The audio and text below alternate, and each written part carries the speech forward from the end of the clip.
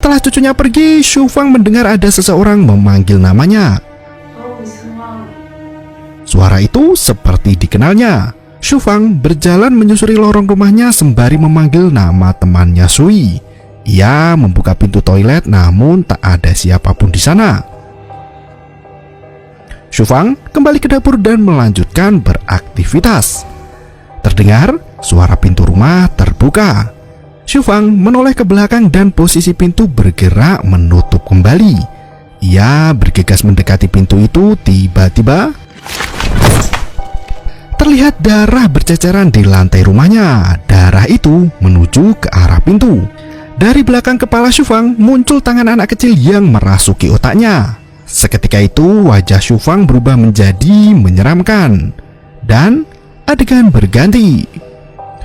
Wei naik motor menuju ke kantornya di agen perumahan elit Taiwan. Ia mendengarkan siaran pacarnya di radio. Gadis cantik itu bernama Yichun. Saat sedang asik mendengarkan suara Yichun, ponsel Wei berdering.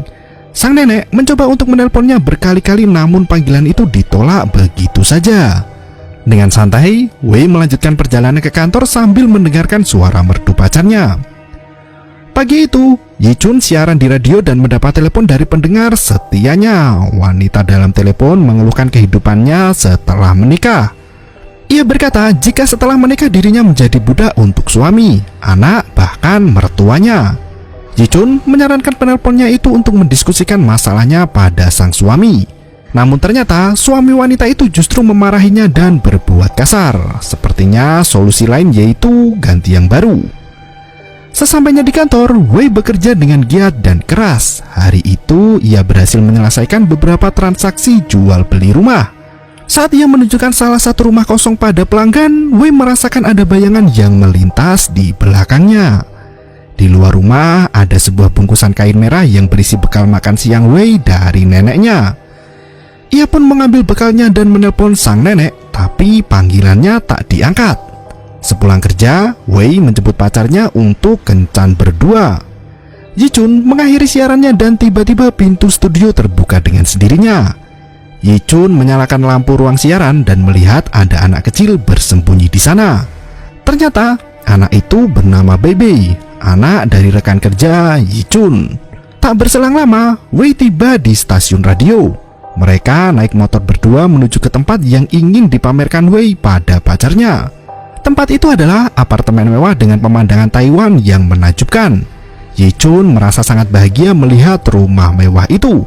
Wei berkata jika ia telah menggadaikan rumah neneknya untuk membayar uang muka pembelian rumah itu. Sembari mencumbui pacarnya, Wei mengkode untuk menikahi Yichun. Yichun mengungkapkan bahwa pernikahan bukanlah rencananya. Wanita cantik itu menegaskan jika ia belum siap menikah karena tak mau punya anak. Perdebatan tentang pernikahan itu justru membuat mereka saling bertengkar. Wei tak mau memperpanjang pertengkaran itu dan membawa Yichun pulang ke rumahnya. Ia berkata jika nenek sudah memasak banyak makanan malam itu. Sesampainya di rumah, Wei mencari keberadaan sang nenek. Shufang berjalan menuju ke pintu disusul oleh Wei. Nenek itu berkata jika ia akan pergi ke rumah Sui untuk bernyanyi bersama.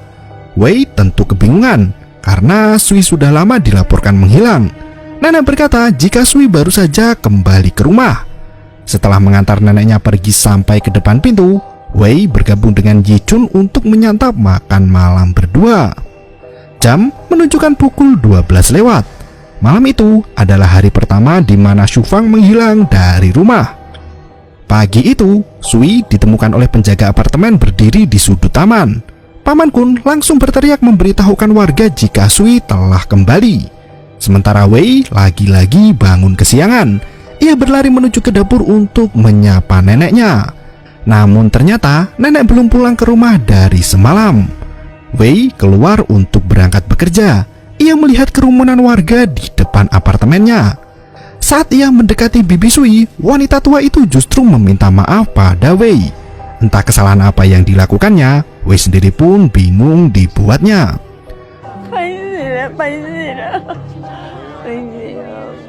Wei bertanya pada Paman Kun dan warga sekitar jika neneknya telah hilang sejak semalaman dan belum kembali ke rumah.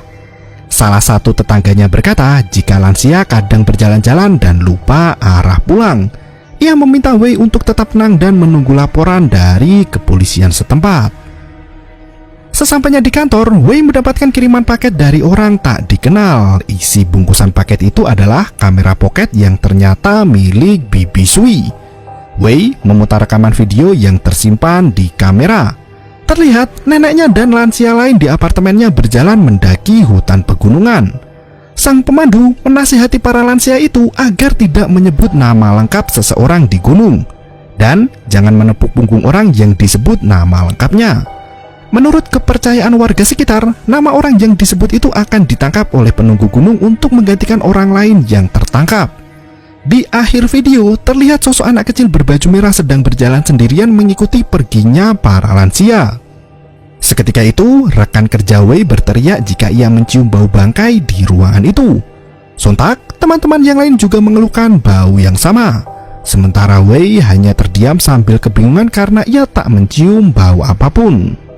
Selepas kerja, Wei mendatangi Paman Kun. Ia menunjukkan kamera pocket yang diterimanya siang tadi dari Paman Kun. Penjaga apartemen itu berkata jika kamera itu adalah milik Bibi Sui. Mereka berdua kemudian pergi ke rumah Bibi Sui untuk mengembalikan kameranya tersebut. Sesampainya di rumah itu, Paman Kun terkejut bukan kepalang. Ia berkata jika sore tadi Paman Kun melihat Bibi Sui makan di dalam rumahnya. Namun kondisi rumah Bibi Sui malam itu tampak kosong dan tak berpenghuni. Dengan menggunakan penerangan seadanya, mereka berdua menyusuri setiap ruangan untuk mencari keberadaan Bibi Sui.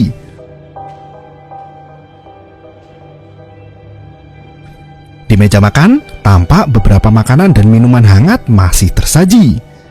Wei melintasi meja makan itu dan tiba-tiba gelas berisi susu tumpah dengan sendirinya. Saat ia kebingungan dengan apa yang terjadi, set karaoke di ruangan itu menyala sendiri. Terdengar suara Bibi Sui bernyanyi dengan riang gembira, namun tak ada orang siapapun yang tampak di ruangan itu. Dengan terengah-engah, Paman Kun menemui Wei dan berkata jika listrik rumah itu belum berhasil dinyalakan. Pintu di belakang Paman Kun tertutup dengan sendirinya.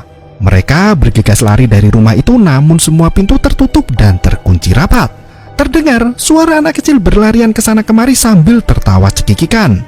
Saat Wei sangat ketakutan, pintu depan rumah Bibi Sui terbuka dengan sendirinya. Mereka langsung keluar dari rumah itu dan Wei muntah sejadinya di pinggir jalan. Pagi harinya, Wei menempelkan surat untuk sang nenek di pintu dapur, tempat biasa nenek beraktivitas. Ia menuliskan kalimat agar nenek membangunkannya jika sudah kembali ke rumah. Selepas kerja, Wei kembali menemui Paman Kun bersama Yi Chun. Mereka melihat CCTV dari area sekitaran apartemen. Nenek terlihat berjalan keluar dari rumah di pagi hari setelah Wei berangkat bekerja. Jadi, saat ia pulang dan membawa Yi Chun ke rumahnya, nenek sudah menghilang. Dari CCTV jalan, terlihat nenek ditarik oleh anak kecil berbaju merah entah menuju kemana.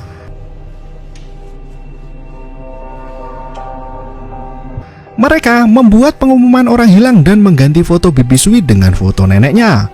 Untuk menolak bala, Paman Kun meledakkan petasan di bawah foto itu. Pagi kembali tiba. Wei mendengar suara nenek yang membangunkannya.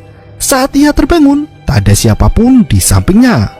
Dari luar kamarnya, Wei mendengar suara sang nenek yang seperti sedang berbicara dengan anak-anak. Ia berjalan menuju ke dapur dan melihat kenangan dirinya saat masih kecil. Ia selalu makan bersama sang nenek di meja makan itu. Wei bahkan berjanji untuk terus menemani neneknya hingga ajal tiba. Sang nenek meminta Wei untuk menepati janjinya itu, dan untuk meyakinkan sang nenek, Wei menuliskan janjinya di bawah meja makan. Wei dewasa hanya bisa menangis mengingat kenangan manis bersama sang nenek. Saat ia hendak memeriksa bawah meja, ia mendengar suara nenek memanggilnya. Wei bergegas pergi menuju ke kamar neneknya itu. Pintu lemari baju sang nenek terbuka sendiri. Saat ia akan memeriksa lemari itu, suara nenek kembali terdengar memanggilnya. Di depan kamar sang nenek, bercak darah berceceran di lantai. Wei mengikuti arah bercak darah itu dan menuju ke dapur. Ia mengintip di bawah meja dan melihat tulisan janjinya saat masih kecil. Tangan anak kecil tiba-tiba menepuk pundak Wei dan mengejutkannya. Ia menengok ke atas meja dan tiba-tiba Hantu anak kecil itu menakuti Wei hingga ia merangkak menabrak kabinet. Seketika itu wajah Wei berubah menyeramkan. Tangan hantu anak kecil itu masuk ke dalam kulit kepala Wei dan menutup kedua matanya. Wei terbangun dari mimpi buruknya. Ia mendengar suara piring yang bertabrakan satu sama lain. Wei berjalan ke dapur dan menemukan neneknya sedang memasak di sana. Ia bergegas mendekati neneknya itu dan memeluknya penuh kerinduan. Dengan tenang sang nenek menghentikan tangisan cucunya. Nenek berkata pada Wei untuk membawa pacarnya ke rumah agar bisa makan bersama dengannya seperti keluarga yang utuh. Malam harinya, Yi Chun masih siaran radio. Ia menerima panggilan dari seorang pendengar bernama Su Hui. Wanita itu terus berkata jika ia tak lagi mencintainya. Yi Chun cukup bingung dengan maksud kalimat itu. Baru ia mau kasih nasihat, sambungan telepon interaktif itu terputus. Dari luar studio siaran, Wei memandangi Yi Chun. Wanita cantik itu segera mengakhiri siarannya dan menemui pacarnya. Malam itu, Wei tampak tak seperti biasanya. Wajahnya kusut dan pakaiannya berantakan dan tubuhnya bercucuran keringat dingin. Wei mengajak Yi Chun untuk pulang ke rumahnya karena nenek mengundangnya makan malam bersama. Melihat kondisi Wei yang tampak kurang sehat, Yi Chun memaksa untuk memeriksa kesehatan Wei ke rumah sakit terdekat. Sesampainya di rumah sakit, Yi Chun mengambil formulir berobat. Tanpa ia sadari, Wei tiba-tiba menghilang begitu saja. Yi Chun mencari kemana pacarnya itu pergi. Ternyata ia sedang memandangi bayi di dalam ruang penira. Wei berkata jika bayi-bayi itu sangat lucu dan mengapa Yi Chun tak mau punya anak. Yi Chun bersikeras jika untuk memiliki anak dibutuhkan persiapan yang matang agar nasib anaknya lebih baik dari dirinya. Yi Chun merasa jika dirinya dan pacarnya belum cukup matang untuk menjadi orang tua. Terlebih lagi kondisi ekonomi mereka memaksa untuk terus bekerja dari pagi buta hingga lewat petang. Wei lagi-lagi menghindari perdebatan itu dan pergi kembali ke rumahnya bersama Yi Chun. Sesampainya di rumah, Wei langsung makan. Yi Chun melihat makanan yang disantap pacarnya itu ternyata adalah serangga, cacing, dan hewan melata lainnya yang berbau busuk. Yi Chun sampai muntah dan mual dibuatnya, sementara Wei masih terus asyik makan. Yi Chun berlari menuju ke Paman Kun untuk meminta bantuan. Ia berteriak jika Wei berperangai sangat aneh. Paman Kun bergegas lari menuju ke rumah Wei. Di sana ia tak menemukan ada siapapun. Bahkan meja makan rumah itu bersih tanpa ada jejak masakan sedikit pun. Malam menunjukkan pukul 12 tepat. Hari itu adalah hari pertama saat Wei dinyatakan menghilang. Saat dini hari menjelang subuh, Nenek Fang ditemukan oleh polisi yang bertugas. Ia berjalan sendirian menyusuri jalanan aspal untuk kendaraan bermotor. Polisi pun menghentikan mobilnya dan mengantarkan nenek itu ke rumah sakit terdekat untuk diperiksa kesehatannya dan mendapat perawatan. Saat matahari sudah meninggi, Yi Chun bersama Paman Kun membersihkan apartemen dengan doa dan petasan untuk tolak bala. Mereka mulai meledakkan petasan itu di depan apartemen hingga menuju ke dalam rumah Nenek Fang. Di dalam rumah itu, Paman Kun memercikan air suci sedangkan Yi Chun memeriksa kamar Wei. Ia menemukan sebuah kamera di kamar pacarnya itu dan mengambilnya. Setelah Paman Kun memercikan air doa ke seluruh penjuru rumah, ia mengusir hantu dengan umpatan dan makian. Paman Kun meminta Yi Chun untuk mengulangi perkataan umpatannya itu. Tanpa ragu, Yi Chun berteriak dan mengumpat serta mengusir roh halus yang meneror keluarga pacarnya. Ia meminta roh itu untuk kembali ke gunung tempat di mana seharusnya berada. Tiba-tiba, angin kencang menerpa jendela rumah itu hingga menggetarkan pot tanaman. Di siang harinya, Yi Chun kembali bersiaran dan membacakan berita kehilangan. Jika kemarin Nenek Fang yang menghilang, kini Wei juga ikut menghilang. Selepas siaran, Yi Chun didatangi oleh pihak kepolisian setempat. Pak polisi berkata jika Nenek Fang ditemukan berjalan sendirian di tengah jalan raya saat fajar menyingsing. Setelah mengetahui lokasi dirawatnya sang nenek, Yi Chun bergegas pergi ke rumah sakit untuk menjemputnya. Saat melihat wajah Yi Chun, nenek pun menangis. Ia berkata jika dirinya telah menyebut nama lengkap cucunya saat tersesat di dalam hutan. Yi Chun tak tahu apa maksud dari perkataan nenek pacarnya itu. Karena kondisi mental sang nenek masih belum stabil, rumah sakit menyarankan agar nenek dirawat di rumah sakit untuk beberapa hari. Setelah memberikan informasi pada rumah sakit, Yichun kembali pulang ke apartemennya. Ia mencari tahu seluk-beluk kasus yang terjadi pada Nenek Fang. Yichun menemukan sebuah video yang menjelaskan tentang makhluk halus bernama Moshen. Makhluk itu dipercaya sebagai penunggu hutan yang akan menyesatkan manusia dan membuatnya tak bisa turun gunung. Manusia yang terperangkap di dalam hutan gunung itu akan menjadi hilang akal hingga menjadi gila. Dalam video itu juga dijelaskan bahwa dengan menyalakan petasan dan bahan peledak lain dapat menghancurkan mantra buruk dan membuat rumah menjadi layak huni. Pada saat yang sama, Yichun membaca beberapa artikel tentang urban legend gadis kecil berbaju merah dan kasus hilangnya lansia di area pegunungan. Gadis kecil itu bertugas untuk merayu mangsanya agar masuk ke dalam hutan terlarang di atas gunung. Yichun membuka kamera pocket yang ia temukan di kamar Wei. Rekaman video di kamera itu berhasil menangkap sosok anak kecil yang berbaju merah persis seperti urban legend yang dipercaya warga sekitar. Di tempat lain, Paman Kung berjaga sambil membaca majalah seperti malam-malam biasanya. Dari walkie-talkie-nya terdengar suara anak kecil yang memanggil nama panjangnya, Lin Huo Kun. Pria itu mencoba untuk mendengarkan lebih teliti lagi.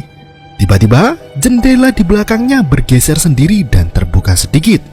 Karena malam itu cukup dingin, Paman Kun segera menutup jendela itu lagi. Saat ia akan duduk, Paman Kun melihat ada anak kecil yang melompat seperti kera di area parkir mobil. Makhluk itu melompat ke sana kemari dengan gerakan yang sangat gesit hingga menghilang di pepohonan. Melihat makhluk mengerikan itu, Paman Kun buru-buru mengambil petasan untuk mengusir roh jahat. Jendela ruang jaga Paman Kun terbuka lagi dan tiba-tiba saking kagetnya, Paman Kun terpental hingga keluar ruang jaga. Ia merangkak menjauh dari ruangannya dan menyalakan senter. Terlihat kepala makhluk kecil menyeramkan itu mengintip dari ruang jaga. Ia merangkak mendekati Paman Kun dan menyergap hingga semua menjadi gelap gulita. Keesokan paginya, Bibi Ling, tetangga Nenek Fang, membantunya di rumah sakit untuk berganti pakaian. Kondisi mental Nenek Fang kini sudah jauh membaik dari saat pertama kali ditemukan. Yichun terlihat berada di depan ruangan Nenek Fang untuk berbincang dengan dokter yang merawat. Dokter itu berkata jika di dalam muntahan Nenek Fang terdapat kepompong ngengat yang masih hidup. Sang dokter berkata jika ngengat itu sangat beracun dan bahkan bisa menghilangkan nyawa seseorang. Yang membuat heran adalah serangga itu ditemukan masih hidup di dalam lambung Nenek Fang. Menurut ahli toksikologi, ngengat itu lebih dikenal sebagai ngengat kepala elang, serangga dengan spesies yang paling langka. Sementara penyebab serangga itu bisa masuk dan hidup di lambung sang nenek masih belum bisa dipastikan. Setelah dari rumah sakit, Yichun pulang ke apartemen dan mencari informasi tentang ngengat kepala elang. Dari internet ditemukan gambar ngengat itu yang memiliki corak seperti wajah manusia di punggungnya. Yichun mencoba mencocokkan wajah ngengat itu dengan legenda hantu gadis kecil berbaju merah. Dan ternyata benar, wajah anak kecil itu mirip seperti corak di punggung ngengat. Setelah mempelajari ngengat-ngengatan, Yichun mandi untuk menyegarkan pikiran. Wajah cantiknya terlihat sangat jelas di cermin kamarnya. Saat ia tidur pulas, laptop miliknya dan kamera milik Bibi Sui menyala sendiri hingga suara gaduh membangunkannya. Yichun melihat jendela kamarnya terbuka. Saat ia akan menutup jendela itu, tangannya sudah dipenuhi darah. Yichun memeriksa tubuhnya yang ternyata sudah bermandikan darah kental kehitaman. Seketika itu ia panik dan berteriak histeris. Darah kental itu semakin menjerat tubuh indahnya hingga Yichun tak bisa beranjak dari tempat tidur. Di depan kasurnya terlihat ada sosok anak kecil yang mengerikan. Anak itu berteriak untuk menyapa kakak Yichun.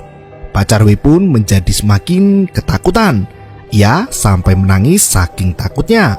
Saat ia melongok ke arah anak kecil itu lagi, sosok mengerikan itu sudah menghilang dari hadapannya. Yichun mencari keberadaan bocil seram itu yang ternyata sedang merangkak di dinding tepat di atas kepalanya. Yichun menengok ke kanan dan ternyata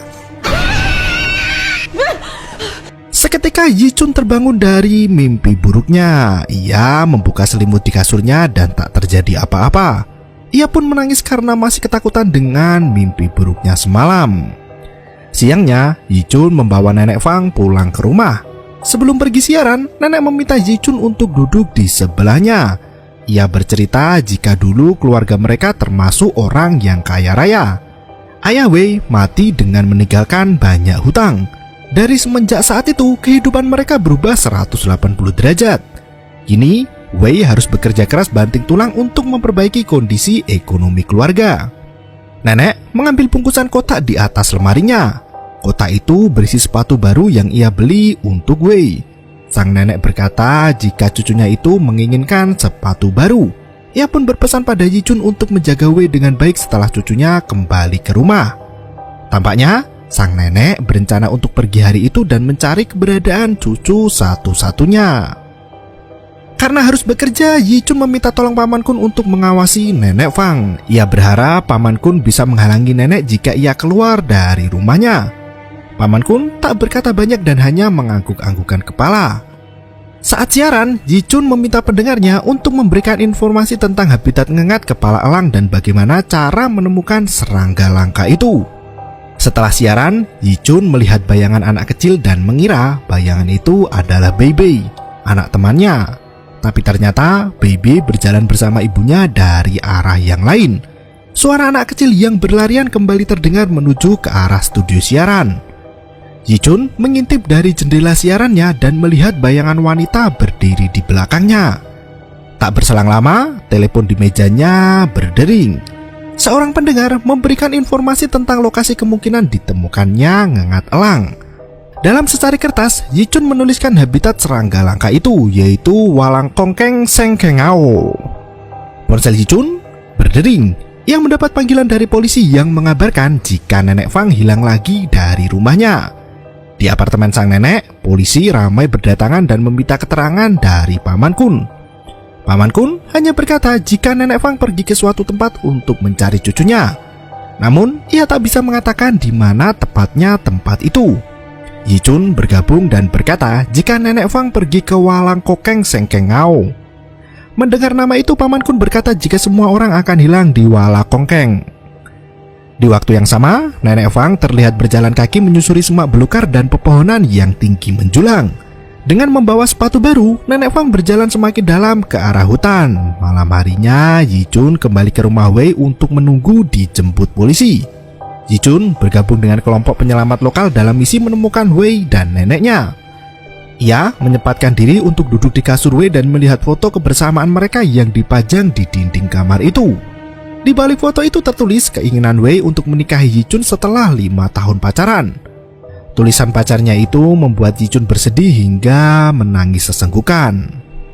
Dalam perjalanannya menuju kaki gunung, petugas SAR memberi peralatan guna mengantisipasi adanya kecelakaan. Yichun dibekali dengan beberapa helai kain merah dan peluit. Kain merah itu digunakan saat ia tersesat di hutan dengan mengikatkan tali itu ke sebuah pohon. Sementara peluit berguna untuk memanggil rekan lainnya saat Yichun kehilangan arah. Selain itu, ia dibekali kembang api darurat untuk menakuti hewan buas sekaligus juga bisa digunakan sebagai penerangan sementara. Setelah semuanya dibawa, Yichun harus menandatangani sebuah dokumen yang menegaskan jika ia secara sukarela bergabung dengan tim penyelamat untuk masuk ke hutan liar. Mereka sampai di hutan Walang Kongkeng dan berjalan menyusuri semak hingga siang hari. Yichun melihat Nenek Fang tergeletak di pinggir sungai. Ia berteriak memanggil rekan yang berjalan mendahuluinya. Semua orang bergegas menyelamatkan sang nenek yang terbujur kaku lemah tak berdaya itu. Nenek Fang menolak untuk diselamatkan dan berkata jika ada satu orang yang harus tetap tinggal di hutan itu. Namun, tim SAR tetap memaksa untuk membawa nenek ke kota. Sementara itu, Yichun melanjutkan perjalanan untuk mencari pacarnya Wei. Salah satu anggota menemukan sepatu lama Wei yang hanya satu sisi di pinggir sungai. Hingga malam tiba, Yichun beristirahat bersama anggota penyelamat lainnya.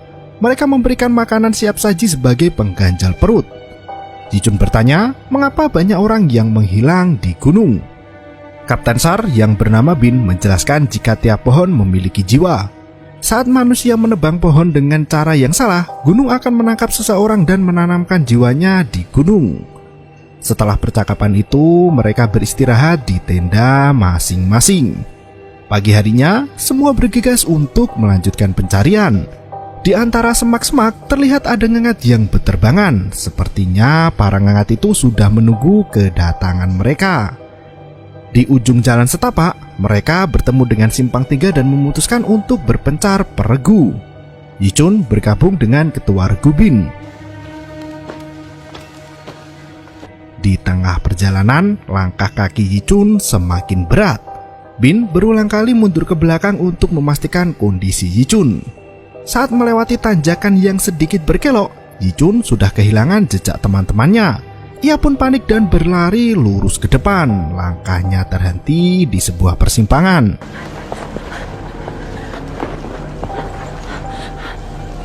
Yichun memilih untuk berjalan ke arah yang lainnya. Ia terus berlari dan melihat bayangan tim SAR lainnya. Yichun berteriak, namun orang itu tak mendengarnya dan terus berjalan. Yichun menerobos semak belukar dan membuatnya semakin tersesat. Ia melihat Wei berdiri di tengah hutan. Saat ia mendekat, bayangan itu menghilang. Hari sudah semakin gelap. Kabut tebal menyelimuti gunung itu dan membuat Yichun semakin ketakutan. Ia mengikat kain merah ke kedua pohon di depannya dan berjalan mencari jalan setapak yang bisa dilalui manusia. Hingga malam tiba, Yichun masih terus berjalan sambil meniup peluit ratusan kali. Setelah lama berjalan, ternyata Yichun kembali ke tempat semula. Karena merasa sangat frustasi, Yichun memutuskan untuk beristirahat sejenak dan makan snack. Saat ia asik makan, terlihat ada ngengat di hadapannya dan tangan menepuk punggungnya dan membuat Yichun terkejut dan melempar senternya. Gadis itu menyalakan kembang api sebagai pengganti penerangan.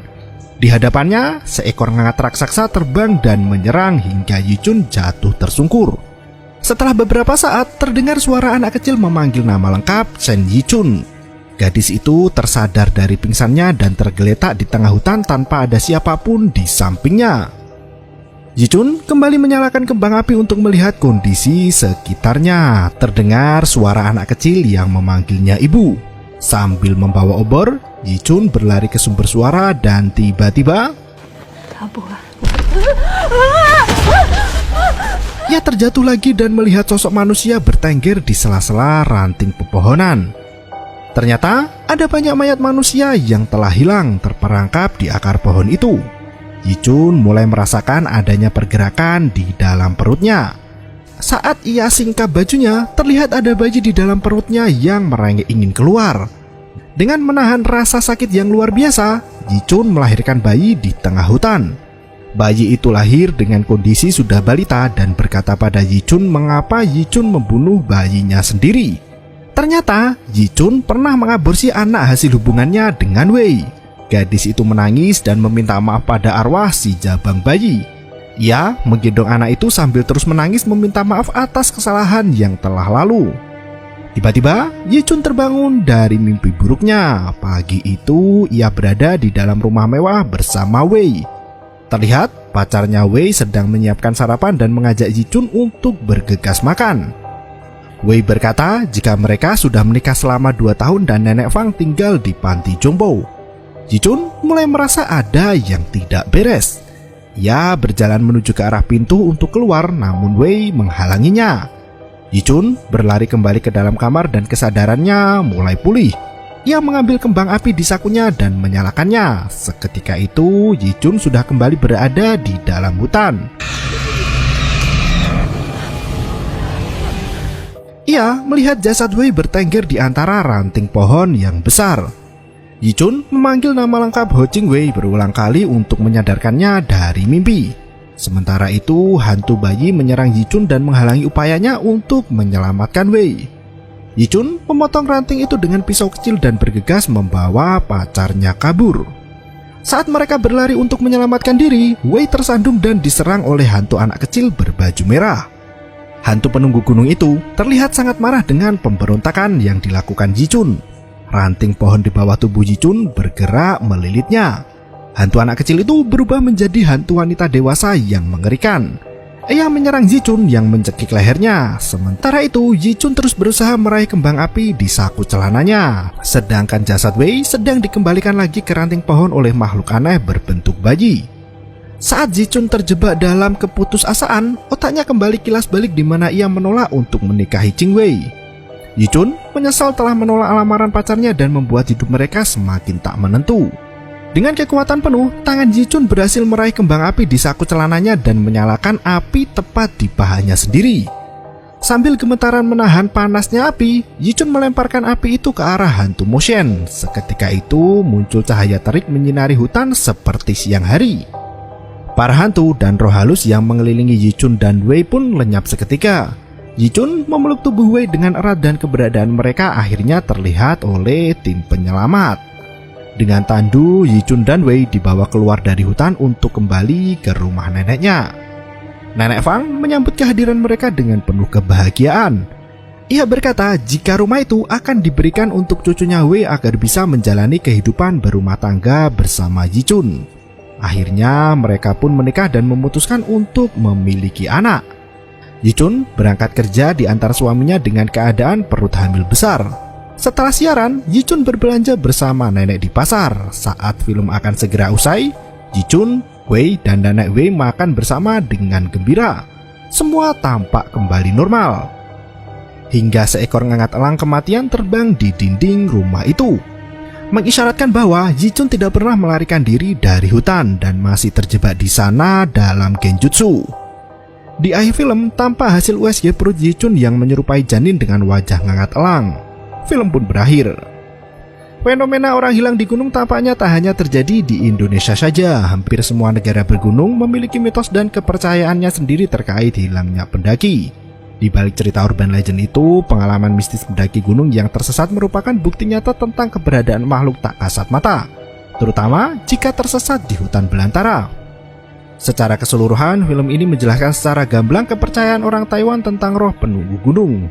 Banyaknya kasus orang hilang terutama lansia yang mendaki gunung di Taiwan bahkan menjadi sorotan pemerintah setempat.